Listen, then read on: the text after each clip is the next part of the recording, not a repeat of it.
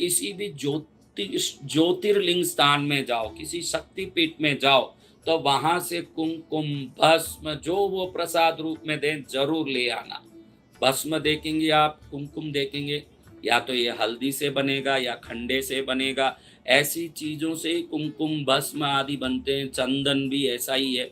ये तरंगों को खींच के अपने में सूखा हो, अगर वो गीला ना हो और सूखा भी हो, तो तरंगों को कई समय तक अपने में रखने में पूर्ण रूप से सामर्थ्यवान है। इन वस्तुओं को लाके अगर आप बिंदी करते हो तो उस ऊर्जा को धीरे धीरे आप भस्म लगा के पूरा मस्तक सजा रहे हो, तो समझना ये इस भाग आपके जो भ्रुकुटी के ऊपर का भाग है वो सीधा सहस्रार मंडल से जाके संपर्क करता है।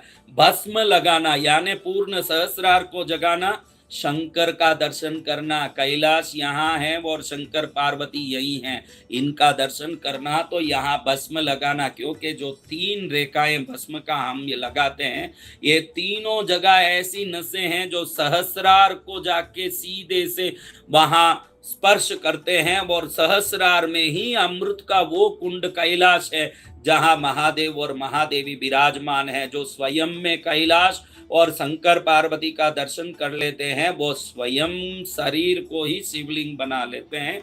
ऐसे भाग्यशाली बनने के लिए ज्योतिर्लिंगों में जाओ, महाकाल में जाओ, विश्वनाथ में, रामेश्वरम में, अवश्य वहां से भस्म ला के लगाओ। क्या दूसरी जगह का नहीं लाना है, हर जगह का लाना। लेकिन ज्योतिर्लिंगों के तरंगों की ऊर्जा की जो प्रगाढ़ता है वो अन्य जगह में प्राप्त नहीं हो सकता।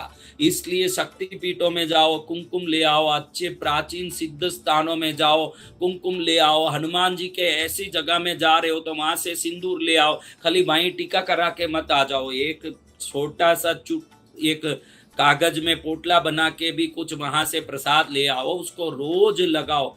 हमको जो ये कुमकुम भस्म चंदन में जो शक्ति नहीं दिखती है वो तो लगाते लगाते महसूस करोगे कि जब इसको लगाता हूँ मन शांत हो जाता है, जब इसको लगाता हूँ तो दिमाग सक्रिय होता है, जब इसको लगाता हूँ तो आलस्य भाग जाता है। भारतीय परंपरा में चंदन लगाना, भस्म लगाना, कुमकुम लगाना आदि जितनी चीजें हैं, तीसरे चक्र को, आज्ञा चक्र को जगाना, तीसरे नेत्र को जगाना और शरीर को जगाना, सक्रिय बनाना, आलस्य से हमको मुक्त करना और पूर्ण रूप से सक्रिय करना।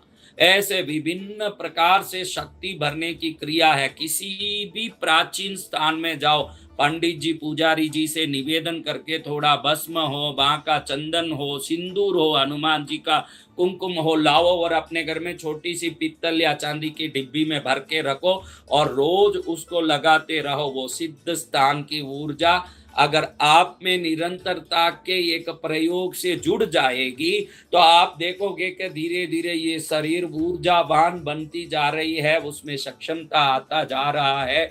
और अगर ये शरीर चुंबकीय तरंगों के आकर्षण के लिए लायक बन जाए तो मनुष्य जीवन सफल हो जाए। क्योंकि सफलता को व्यक्ति अपने अपने हिसाब से मापता है। कोई कहते हैं कि मैं पायलट बन जाऊं तो सफल समझूं, कोई कहते हैं मैं डांसर बन जाऊं, कोई कहे एक्टर बन जाऊं, कोई कहे नगर का नेता बन जाऊं, कोई कहे मैं साधु बन जाऊं, कोई कहे मैं व्यापारी बन जाऊं, मैं डॉक्टर, इंजीनियर, कलेक्टर बन जाऊं।